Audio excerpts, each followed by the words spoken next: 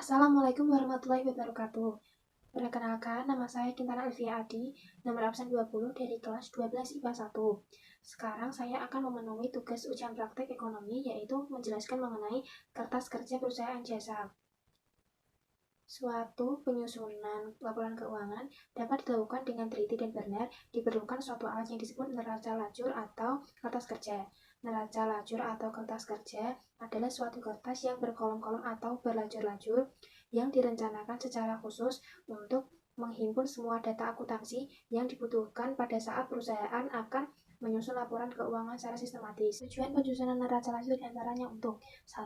Memudahkan penyusunan laporan keuangan. 2. Mempermudah menemukan kesalahan yang mungkin dilakukan dalam membuat jurnal penyesuaian. 3. Menggolongkan dan meringkas informasi dari neraca saldo dan data penyesuaian, sehingga merupakan persiapan sebelum dilakukan penyusunan laporan keuangan secara formal. Kali ini, saya akan menggunakan contoh soal dari kertas kerja Bengal Zafran per Desember 2017. Kertas kerja ini menggunakan 10 kolom. Dalam membuat kertas kerja, pertama kali yang dimasukkan adalah neraca saldo. Neraca saldo ini yang dimasukkan adalah neraca saldo yang belum disesuaikan dengan jurnal penyesuaian. Dalam kolom neraca saldo dan penyesuaian ini nantinya akan menghasilkan neraca saldo yang disesuaikan. Kolom laba atau rugi ini diisi oleh akun-akun nominal atau akun-akun sementara. Akun neraca ini diisi oleh akun-akun real. Di sini, kas menunjukkan saldo 3.354. Saya singkat, jadi saya tulis 3.354. Pada kolom debit di neraca saldo, karena tidak ada penyesuaian, maka ditulis di neraca saldo debit tetap, yaitu 3.354. Kas adalah bagian dari akun harta, jadi masuk pada neraca yang tetap, yaitu golongan debit. 3.354. Lalu adalah piutang. Piutang saldonya adalah Rp200.000. Karena tidak ada penyesuaian, maka ditulis di neraca saldo tetap, yaitu 200 pada posisi debit. Piutang juga termasuk golongan harta, jadi masuk ke dalam kolom neraca posisi debit, yaitu sama Rp200.000. Lalu perlengkapan ada Rp300.000. Di kolom penyesuaian ternyata ada penyesuaian, yaitu di posisi kredit sebesar Rp250.000. Jadi kita ambil selisihnya, 300 dikurangi 250 adalah 50. Jadi kita tulis di kolom penyesuaian 50 pada posisi debit. Perlengkapan juga termasuk harta, jadi ditulis di kolom neraca bagian debit, yaitu 50. Selanjutnya yaitu ada sewa dibayar di muka, Rp120.000 di posisi debit. Di kolom penyesuaian ternyata ada kredit sebesar 40. Jadi ambil selisihnya, 120 dikurangi 40, hasilnya adalah 80. Kita tulis di sini. Sewa dibayar di muka juga termasuk akun real, jadi ditulis di neraca posisi debit sebesar 80. Selanjutnya yaitu ada peralatan. Ada saldo di neraca saldo sebesar Rp900.000. Di posisi debit di kolom penyesuaian tidak ada penyesuaian, maka langsung kita tulis saja Rp900.000 di neraca saldo yang disesuaikan. Peralatan termasuk golongan neraca pada bagian debit, yaitu sebesar Rp900.000. Lalu yaitu ada hutang bank, ada di posisi kredit sebesar Rp3.000 atau Rp3.000.000. Tidak ada penyesuaian, maka langsung kita tulis di neraca saldo yang disesuaikan, yaitu posisi kredit sebesar Rp3.000.000. Hutang bank termasuk akun real, jadi kita tulis di neraca pada posisi kredit sebesar Rp3.000.000.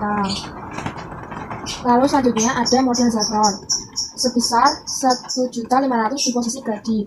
Tidak ada penyesuaian, maka kita langsung ditulis di neraca saldo yang disesuaikan di posisi kredit sebesar Rp1.500.000. Modal juga termasuk akun real, jadi kita tulis di neraca posisi kredit sebesar Rp1.500.000. Selanjutnya yaitu ada Privé Zafron, Rp100.000 posisinya debit pada neraca saldo.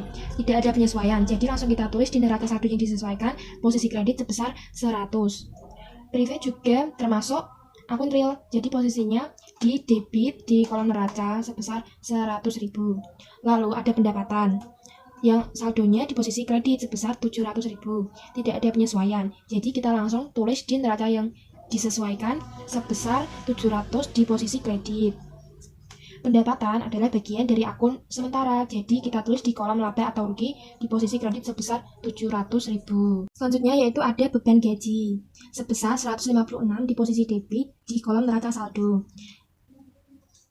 Selanjutnya di kolom penyesuaian ada penyesuaian di posisi kredit sebesar 18. Maka cara menyesuaikannya yaitu 156 ditambah 18, yaitu 174 ditulis di posisi debit 174.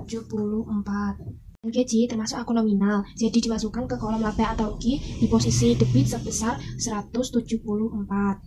Selanjutnya yaitu ada berkas rupa-rupa sebesar 70 di debit di neraca saldo. Tidak ada penyesuaian, maka langsung ditulis saja di neraca saldo yang disesuaikan sebesar 70 di posisi debit.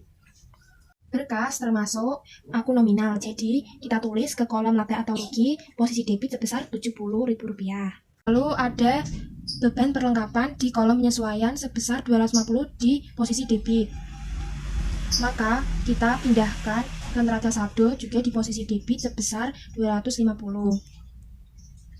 Akun beban termasuk golongan aku nominal, jadi ditulis di kolom laba rugi posisi debit sebesar 250. Lalu beban sewa ada di posisi debit di kolom penyesuaian sebesar 40. Lalu masukkan ke neraca saldo yang disesuaikan posisi sama yaitu debit sebesar 40. Akun beban termasuk akun nominal, jadi ditulis di kolom laba atau rugi di posisi debit sebesar 40.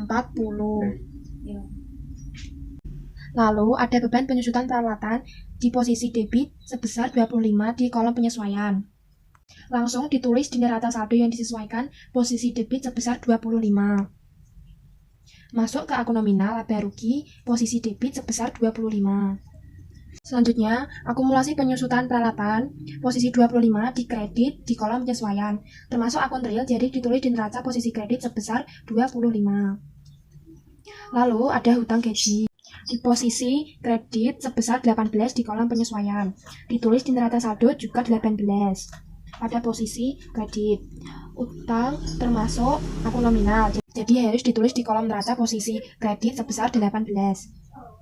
Lalu ada beban bunga sebesar 4 di posisi debit, langsung dipindahkan ke neraca saldo yang disesuaikan posisi debit sebesar 4. Beban termasuk akun nominal, jadi kita tulis di kolom beban rugi posisi debit sebesar 4. Hutang bunga posisi kredit sebesar 4. Ditulis di neraca saldo yang disesuaikan posisinya kredit sebesar 4.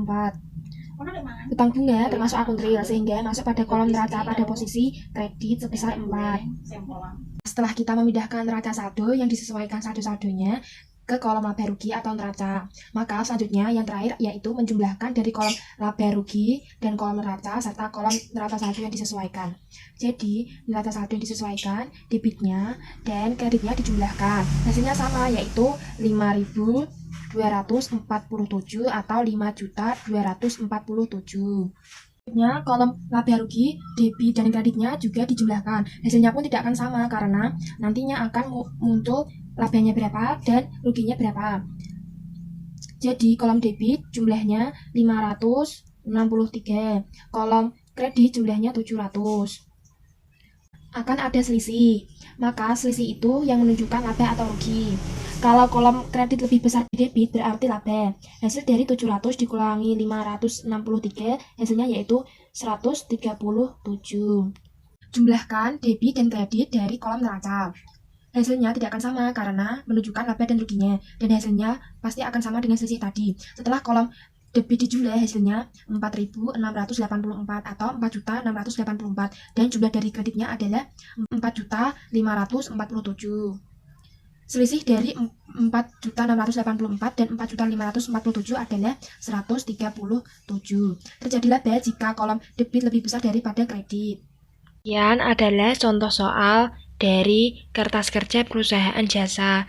Mohon maaf jika ada kesalahan. Terima kasih.